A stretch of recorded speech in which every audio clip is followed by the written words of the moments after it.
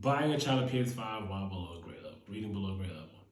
All right, let's take learning disabilities out of the question here, and let's just talk about children without learning disabilities. If you were behind, if you're below grade level in reading, this probably started way before you even started school, maybe pre-K, kindergarten, so forth and so on.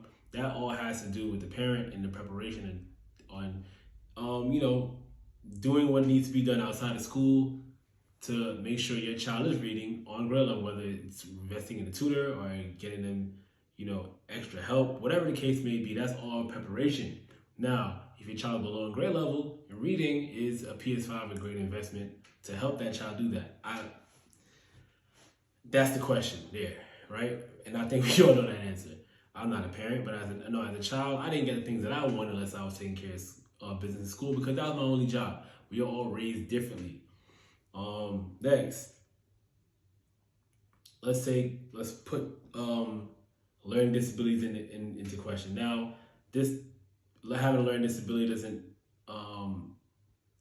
really affect your reading level. It just means that you may have to take a different route on how to read proficiently on grade level. It's possible.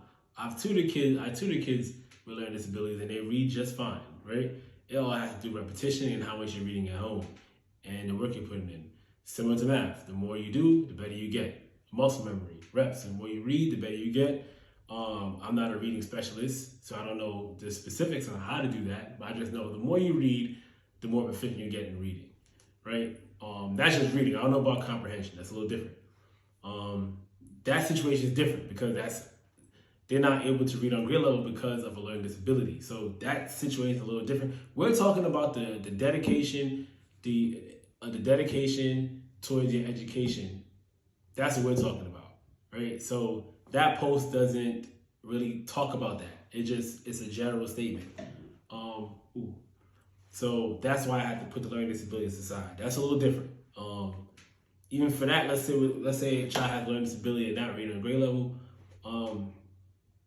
I would say invest in something that will help them become a better reader. There's educational games, right, that help with that.